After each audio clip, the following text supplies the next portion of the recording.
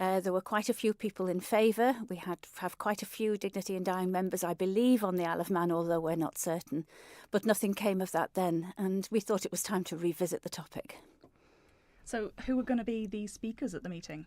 We're bringing over Tom Davis, who's the Director of Campaigns for Dignity in Dying, and he's bringing along Mick Murray, who's a member of Dignity in Dying, but he has taken 2 of his friends to Dignitas in Switzerland to die, and he is very an expert on the inequality issues around dignity in dying.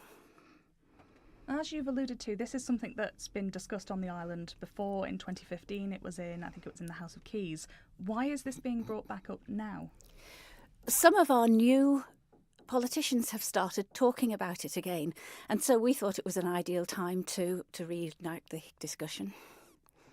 Have you had much conversation with members of government about it? Is it something they are interested in supporting? It is something they're interested in supporting. In fact, we are taking Tom and Mick to Tynwald offices on Monday to have a meeting with Tynwald members at lunchtime. And what about the public? Do you think there is a public support for this? We think there is. We've had a lot of support over this meeting. Plus, also, if you look at the UK, 82% of people in the UK support assisted dying. So there's very little to suggest that the Isle of Man isn't the same as that, really. What benefit does having an assisted dying law actually bring? It means that there are huge checks and balances, informed consent for the patient. It means that a patient can die at a time of their choosing rather than face the pain and fear. Now, I know we have a wonderful hospice over here and palliative care is very good, but there are some people who would choose to end their life before getting to that very end stage. And what about the legal consequences for the person who would help? How much benefit would there be for them if there was a law?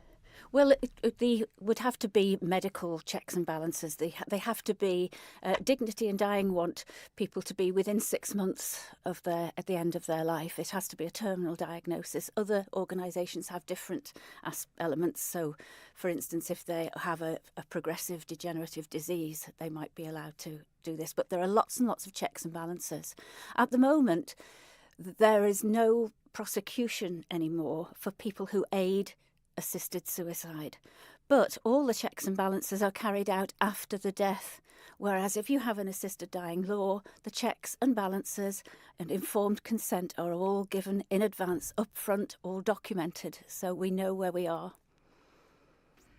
And just remind us then, when and where is the meeting? And for maybe someone who hasn't been to one of these kind of meetings before, what can they expect?